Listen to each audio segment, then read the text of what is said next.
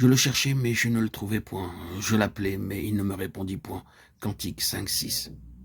Cette fois-ci, elle ne cherche pas son bien-aimé par la ville, mais son esprit brisé le recherche dans la solitude. Les ténèbres qui pèsent sur son esprit l'écrasent.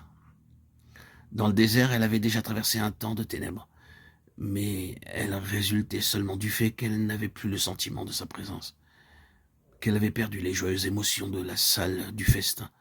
Toutefois, elle avait pu se lever et dire avec décision « Je te chercherai ». Maintenant, son esprit est abattu. Celui qui était sa vie et sa lumière s'est détourné d'elle. Le chagrin l'écrase, psaume 117.3. Elle appelle le bien-aimé, mais il garde le silence. Point de réponse pour celle à qui il disait si promptement autrefois me voici.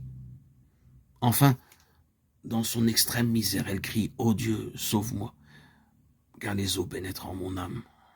C'est encore le silence. Et cependant, au temps marqué, sa main la soutiendra dans les grandes eaux. Il fera passer celle qui le cherche par le feu et par l'eau jusqu'en une place de sûreté.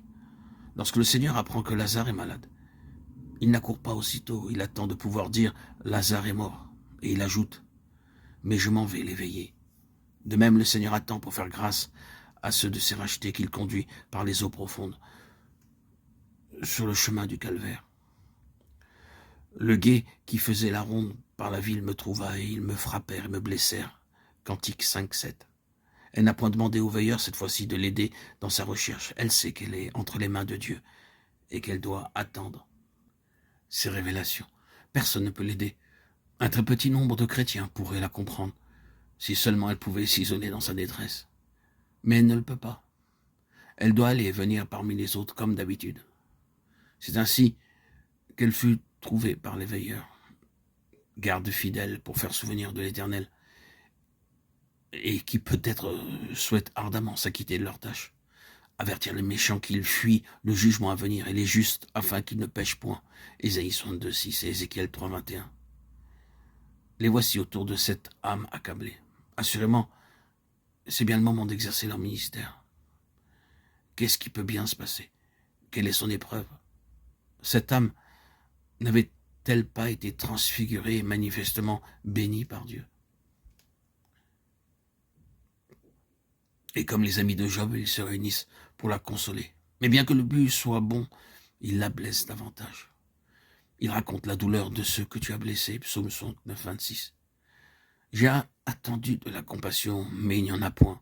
Des consolateurs, mais je n'en trouve pas. Psaume 19.20.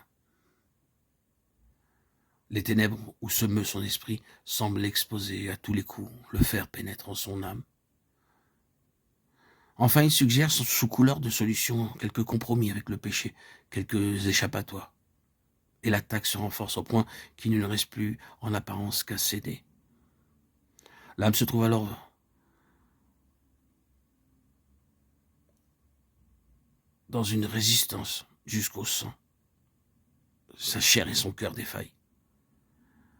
Mais Dieu est la force de sa vie et sa portion à jamais. Quand l'ennemi se déverse comme un fleuve, l'Esprit du Seigneur lève l'étendard contre lui. L'âme se trouve alors vivifiée par l'Esprit dans l'être intérieur et peut demeurer ferme dans la foi.